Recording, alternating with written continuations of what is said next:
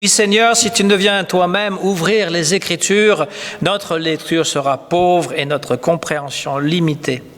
Mais si ton esprit nous éclaire, la parole fera sens, notre marche s'orientera, notre chemin se précisera. Saint-Esprit, viens ouvrir notre cœur et notre intelligence à la compréhension de ta parole. Amen.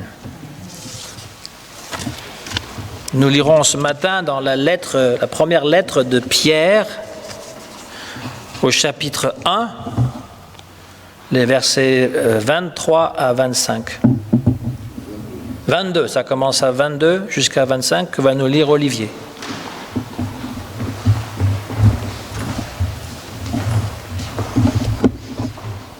Ayant purifié vos âmes en obéissant à la vérité pour avoir un amour fraternel sincère, aimez-vous ardemment les uns les autres, de tout votre cœur, puisque vous avez été régénérés non par une semence corruptible, mais par une semence incorruptible, par la parole vivante et permanente de Dieu, car toute chair est comme l'herbe et toute sa gloire comme la fleur de l'herbe. L'herbe sèche et la fleur tombe, mais la parole du Seigneur demeure éternellement.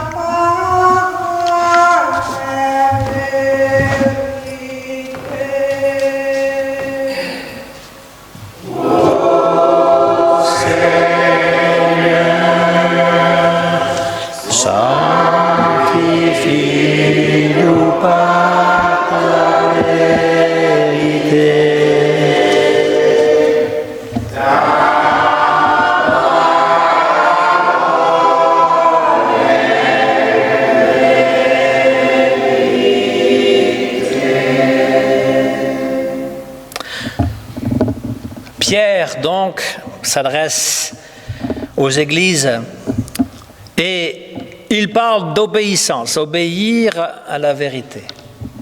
Et aujourd'hui, ce verbe en France a très mauvaise presse. L'obéissance, on va obéir, mais on n'aime pas qu'on nous le dise.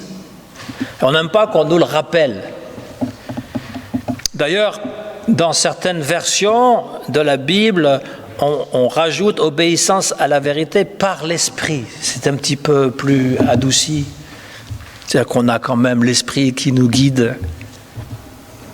Mais cette idée d'obéissance ne fait pas appel à un régime autoritaire. Il s'agit plutôt d'être dans la mouvance du Christ, tout comme on l'a lu dans la prière, que les commandements du Christ sont ses enseignements. Il est un enseignant en même temps. Il est beaucoup de choses. D'ailleurs, Jésus, il est inclassable. C'est pour ça qu'on peut retrouver un petit peu toutes les figures à toutes les époques, d'ailleurs, de notre humanité. On a même fait de Jésus un marxiste révolutionnaire. C'est vrai.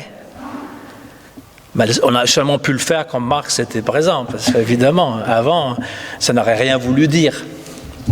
Et donc, ou un hippie avec les cheveux longs, c'est vrai, hein? Il y a Johnny qui chantait ça, Jésus est un hippie. Ouais. Et donc, il parle à tout le monde, c'est une figure universelle, mais il parle quand même d'enseignements précis qu'il a donnés. Bien sûr que tout le monde peut le reconnaître, le Jésus cosmique, dans toutes les civilisations, dans toutes les figures. Superman, pourquoi pas? Moi, j'ai toujours pensé que ce serait une présentation originale, pas dans une prédication, mais voilà, de comparer les deux figures, Superman et Jésus, parce que Superman, il a des pouvoirs extraordinaires, il vient d'une autre planète, et puis même dans un des films, d'ailleurs, il tombe, il meurt, et puis évidemment, il va ressusciter. Alors, je ne dis pas que Superman est Jésus, c'est pas ce que je dis. On parle plus du Christ que de Jésus. Mais c'est ce que je veux dire, c'est que la figure de Superman vient récupérer tout l'idéal qu'on a mis sur Jésus. Voilà. C'est une parenthèse. Hein. Moi, j'aime bien fermer la parenthèse parce qu'après, on ne sait plus où on va. Donc, la parenthèse est fermée. Le sujet est clos, n'est-ce pas? Et puis on aurait pu parler de Batman aussi, pourquoi pas? Ça ne se résume pas juste à Superman. Mais bon, ça c'est une autre, c'est toujours partie de la parenthèse. Il y en a qui sont découragés. Alors, un amour fraternel. Voilà ce que préconise Pierre. Aimez-vous, un peu comme Jésus disait, aimez-vous les uns les autres comme je vous ai aimé. C'est à cela qu'on reconnaîtra que vous êtes mes disciples. Il faut commencer par les gens qui sont le plus proches de nous. Notre famille, évidemment, nos voisins, les gens qui fréquentent l'église. Et vous savez à quel point c'est difficile, toutes ces choses-là, même la famille. D'ailleurs, quand on dit l'église est une grande famille, donc tout devrait bien aller. C'est oublier que dans beaucoup de familles, il y a beaucoup de choses qui ne vont pas bien. Il y a des frères et sœurs qui ne se parlent plus, il y a des enfants qui ne parlent plus à leurs parents. J'ai connu, quand je fréquente, les paroissiens, il y a des enfants qui ne parlent plus à leurs parents depuis 25 ans. Je trahis aucun secret, je dis généraliser comme ça. Et donc, il y a des frictions dans les familles. Je me méfie d'ailleurs des personnes qui voudraient aimer la terre entière sans commencer par les plus proches. Comme le disait le philosophe Alain, un philosophe français, il est plus facile d'aimer tous les Chinois que son voisin de palier. Parce que les Chinois sont nombreux. Voilà, c'est pour ça, il y a beaucoup de Chinois, donc quand on dit « moi j'aime tous les Chinois », c'est plus facile de dire ça que d'aimer la personne qui vit juste en face de nous. Parce que c'est un vœu pieux. Dans le Nouveau Testament, en outre, le verbe « aimer » ne relève pas du sentiment. Aimer, c'est donner de soi pour faire du bien au prochain. En fait, ça passe par l'action. Dans le Nouveau Testament, d'ailleurs, lorsque la fameuse lettre aux Corinthiens que beaucoup de gens choisissent pour leur cérémonie de mariage, avec l'amour et patient, ils tolèrent tout, etc., eh bien, c'est du grec. On le lit en français, mais c'est traduit par l'amour, mais dans certaines versions, c'est traduit par la charité. Parce que ça se situe un petit peu entre les deux, on va dire. Parce que l'amour, pour nous, c'est un sentiment. On se marie par amour, on se divorce par désamour. C'est le sentiment qui passe. Je t'aime plus, ça veut dire je n'ai plus de sentiment affectueux pour toi. Et là, on nous parle plutôt d'agir. Ce qui veut dire qu'on peut tout à fait être bienveillant et avoir de l'amour pour quelqu'un qu'on n'apprécie pas particulièrement, qui peut même être très désagréable, mais on le fait pour l'aider, pour pouvoir justement mettre un geste là où peut-être d'autres personnes ne le feraient pas. C'est ça qui est difficile dans les églises et partout dans la société, mais on commence par les églises, c'est-à-dire les frères, les sœurs. Il y a des frères et des sœurs qui, des fois, sont très pénibles. Et comment est-ce qu'on peut les aimer ? Mais c'est pas maintenant on ne fait plus avec le corona. Mais c'est pas ça. C'est pas ça la preuve d'amour. La preuve d'amour, c'est qu'on va accepter qu'ils viennent. S'ils dérangent, on va leur dire gentiment. S'ils dérangent beaucoup, on peut même aller jusqu'à dire tu sais, tu ferais mieux d'aller voir ailleurs parce qu'il y a d'autres personnes aussi. Il ne faut pas oublier ça. C'est pas parce qu'il y a une personne qui est dérangée qu'on doit faire en sorte que tout le monde le soit. Mais on va faire notre possible. C'est ça l'idée. On ne va pas l'exclure systématiquement. Encore une fois, je ne cite personne, je ne pense à personne de particulier. C'est juste la complexité de l'être humain. Vous êtes nés de nouveau, dit Pierre. Toujours cette insistance, ce rappel sur cette deuxième naissance. En fait, nous avons deux naissances. Nous avons la naissance naturelle lorsque nous sommes sortis du ventre de notre mère, c'est la première naissance, et la deuxième naissance, ou la seconde naissance plutôt, c'est recevoir le baptême, c'est-à-dire l'initiation chrétienne qui fait de nous de nouvelles créatures. Nous sommes nés de nouveau. Cette nouvelle naissance fait que nous avons un monde nouveau, un regard nouveau sur le monde, grâce à la parole vivante et permanente de Dieu. Pierre dit, vous avez été ensemencés par une semence incorruptible. Donc cette semence incorruptible, c'est la parole de Dieu. Et donc ce qui veut dire que cette seconde naissance, c'est pas juste l'eau du baptême. Je dis souvent aux parents qui vont faire baptiser leur enfant, oui, on accepte de baptiser les enfants. Pourquoi? Parce que c'est tout à fait logique. Dieu nous aime en premier. Même si on n'a pas finalement fait la demande, il nous aime en premier. Mais je leur dis toujours, ce n'est pas le fait de recevoir de l'eau sur le front, et ce n'est pas la quantité d'eau non plus. Ce n'est pas parce que tu le mettras dans une grande baignoire qu'il va naître plus beau. Et donc je dis, ce n'est pas la quantité, c'est pas l'eau qui fait de cet enfant un chrétien. C'est l'engagement des parents qu'il va recevoir une instruction spirituelle pour que, à l'âge où il peut le dire tout librement, il pourra confesser, ce qu'on appelle la confirmation, confesser, dit oui, je crois que Jésus-Christ est mon Seigneur. Ça, c'est la formule traditionnelle, mais il peut même le dire dans sa propre langue. Jésus joue un rôle important pour nous, pour moi, je veux dire. C'est la confirmation. Et donc, c'est la même démarche que certaines églises disent, il faut seulement baptiser les adultes. Oui, on est d'accord. Mais le baptême, le rituel, peut venir finalement à un âge où on ne sait pas ce qui se passe, mais la confirmation du baptême, c'est de dire justement, d'avoir assez de confiance pour dire oui. Et ce qui a nourri ça, pour être une créature nouvelle, eh bien, c'est une catéchèse. Et le catéchèse, ça ne se limite pas à ce qu'on peut apprendre finalement dans le temple. C'est une lecture de la Bible, c'est un accompagnement de la Bible. C'est d'essayer de comprendre, voilà, il y a quelque chose qui me parle. Et ce n'est pas nécessaire de lire toute la Bible. Ici, nous avons une citation. La Bible, à l'époque, c'était l'Ancien Testament. À l'époque de Pierre, de Paul, de Jacques, c'était l'Ancien Testament, c'est-à-dire tous les livres qui sont avant les évangiles. Et les lettres de Paul, de Pierre, de Jacques, l'Apocalypse, eh bien, il n'y avait que ça. Et donc, Pierre cite une citation, 2 versets du livre d'Ésaïe, et qui nous dit en fait que la vie humaine est fragile, aussi fragile que l'herbe. Hein? C'est une parole qui nous rappelle que l'être humain est un être inscrit dans la finitude.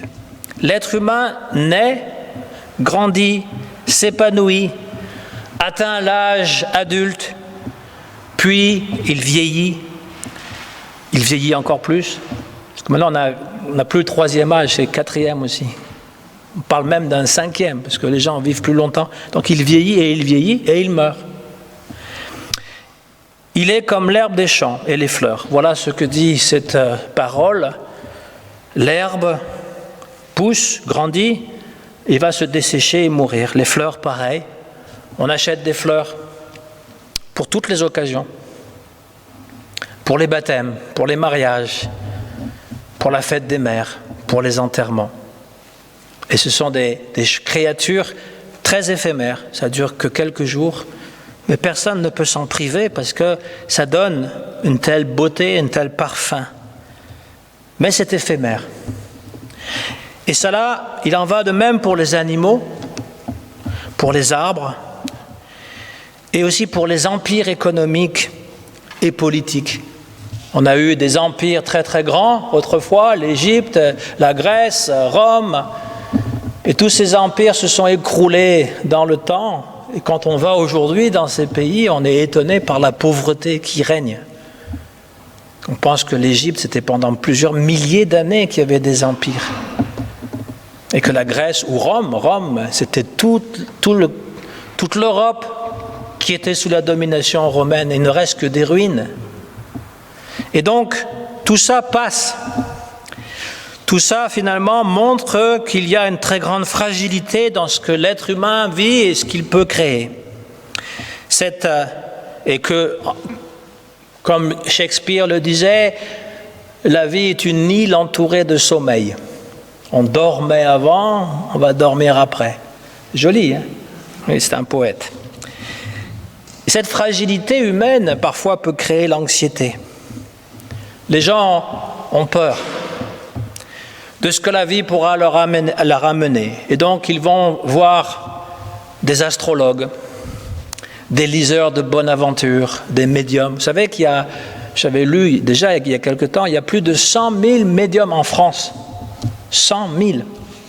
Beaucoup plus que des pasteurs et des prêtres et des imams et tout ce qu'on veut. C'est-à-dire que c'est assez populaire. Et donc ils vont avoir recours à ça, ou à la sorcellerie carrément, pour essayer de conjurer le sort, ou à la science moderne qui nous promet des miracles aussi. Oh mais c'est pas grave, nous dit-on. Dans le futur, vous serez à moitié humain et à moitié machine. On aura remplacé finalement toutes les choses défectueuses avec des machines. Je ne sais pas si vous avez des machines comme moi, j'ai des machines, mais ça tombe souvent en panne. Alors si vous avez un bras artificiel qui peut tourner, je veux dire, comme ça, comme on montre, c'est très beau. Ça ne va pas être très agréable à porter quand même, mais si ça tombe en panne et puis que tu es comme ça, tu fais quoi? N'est-ce pas? Oui, tu appelles le pasteur, oui, qu'est-ce qu'il va faire? Alors, ça c'est une autre solution.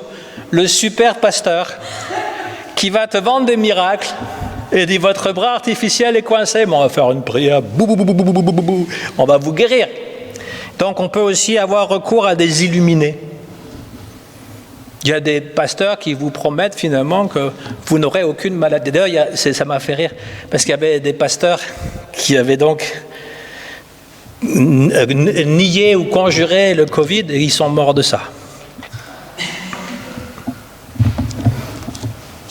Ou encore, il y avait une blague, c'était marqué, des pasteurs en Afrique qui disaient « J'ai hâte que le confinement soit fini pour que je fasse à nouveau des miracles et des guérisons. »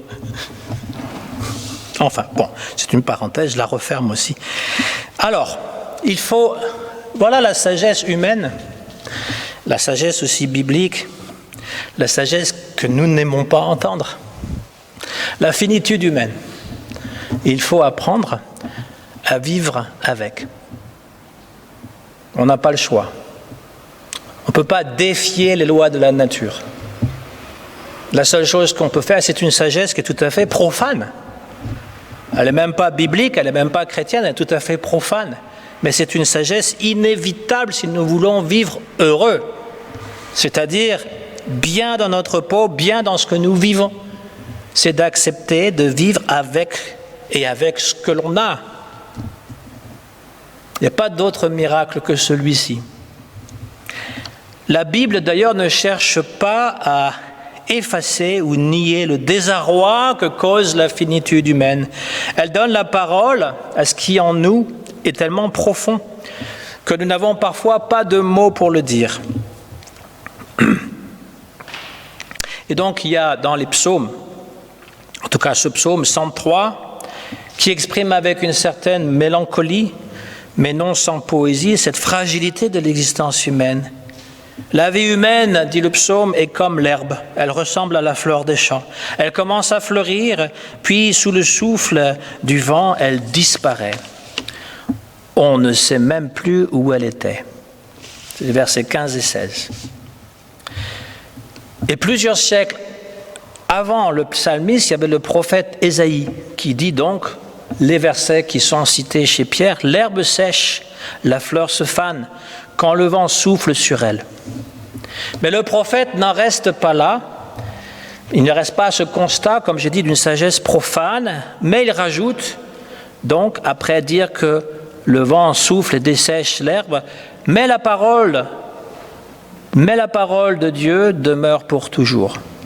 Et Pierre va rajouter la parole de notre Seigneur, c'est-à-dire Jésus, reste pour toujours. C'est une parole éternelle. La parole de Dieu n'est pas morte. Ce n'est pas de l'encre sur du papier. La parole de Dieu est vivante, elle est agissante. Dans une autre citation, il est dit que la parole de Dieu peut diviser les jointures et les moelles. C'est-à-dire que comme un expert chirurgien avec un scalpel peut aller enlever finalement les maladies, aller fouiller à l'intérieur de soi. C'est plus profond aussi que la psychologie des profondeurs, on va dire. On va aller là où nous sommes directement impliqués. C'est le seul outil que nous avons qui peut nous amener dans les tréfonds de notre personnalité humaine. Quelqu'un a dit, quand on lit la Bible nous lit aussi. C'est-à-dire qu'il y a un dialogue. C'est ça ce que cela veut dire, le texte vivant. D'abord, c'est parce que nous le lisons, mais que nous avons aussi un rapport. Il ne s'agit pas simplement d'une simple lecture. Vous savez, la Bible est le livre qui est le plus imprimé au monde et le plus vendu, mais pas nécessairement le plus lu. C'est ça qui est paradoxal. C'est que beaucoup de gens ont une Bible chez eux et ne la lisent pas. La Bible est aussi essentielle, je dirais, qu'un dictionnaire. Mais quand j'étais professeur, j'étais étonné qu'il y avait des élèves dans la famille qui n'avaient même pas un dictionnaire. C'est étonnant, hein? Et que dire de la Bible? Pas nécessairement. Mais beaucoup de gens ont une Bible, mais ne la lisent pas nécessairement. Nous offrons des Bibles. Par exemple, lorsque les gens se marient, nous offrons une Bible de mariage. C'est un geste. Certains le diront symbolique. Mais en fait, c'est pour leur donner une opportunité de la lire. Je le rappelle d'ailleurs en passant. Je vous offre cette Bible au nom de l'Église, mais c'est fait pour être lu. C'est bien aussi de la mettre dans une vitrine, que tout le monde peut la voir, au moins on se rappelle qu'elle existe. Mais c'est encore mieux de la lire, parce qu'on ne pourra jamais savoir de quoi elle parle si on ne la lit pas. Et puis les premières réactions que nous avons quand nous lisons la Bible, je ne sais pas si vous êtes aussi téméraire que moi. Moi, j'ai lu la Bible à un moment donné, du page 1 jusqu'à la fin. Voilà, toute la Bible. Alors, arrivé aux généalogies qui sont grandes comme ça, et donc Gad épousait Galad, et Galad épousa Moab, et Moab. Alors, au bout de, je ne sais pas, tu commences à piquer un peu du nez parce que c'est un peu long. Et puis, il y a des histoires qui ne sont pas piquées des vers non plus. Il y a des choses qui sont quand même assez, vraiment étonnantes. Mais je l'ai lu du début jusqu'à la fin. Alors, première réaction de cette première lecture. Je ne comprends pas tout. Il y a des choses qui sont quand même assez obscures. Mais, moi je me questionne. Je me dis, pourquoi on la lit alors? Pourquoi est-ce que c'est considéré comme un livre saint? Il doit bien avoir une raison pour qu'autant de gens la lisent, ça a transformé leur vie, etc. Et donc l'idée c'est de la relire avec les outils qui existent pour comprendre le sens. Et aujourd'hui, c'est pas ça qui manque. Il y a des livres, évidemment. Il y a aussi des conférences, mais il y a aussi des études bibliques. Et donc la Bible, c'est comme un ami très cher. Mais si on ne fréquente pas cet ami très cher, on ne peut pas savoir qui il est. Il faut pouvoir discuter. Il faut pouvoir argumenter. Et c'est intéressant, je vous parlais des mariages. Pour les préparations au mariage, moi, tout ce que je demande, c'est que les futurs époux lisent au moins un évangile. Ça, et on en discute. C'est juste, la préparation, c'est juste ça. Je ne leur demande pas s'ils ont des relations sexuelles, ils pratiquent, ils sont pour ou contre l'avortement, parce que c'est des préparations comme ça qui existent dans d'autres églises, n'est-ce pas, où il faut finalement, il n'y a pas de sexe avant le mariage, il n'y a pas ceci, il n'y a pas cela. Les gens sont grands, vaccinés, c'est leur affaire, je n'ai pas à me mêler de ces choses-là. Moi, ce qui m'intéresse, c'est qu'est-ce qu'ils ont retenu de leur lecture, et qu'est-ce qui les a frappés, qu'est-ce qui les a choqués, et on discute de ça.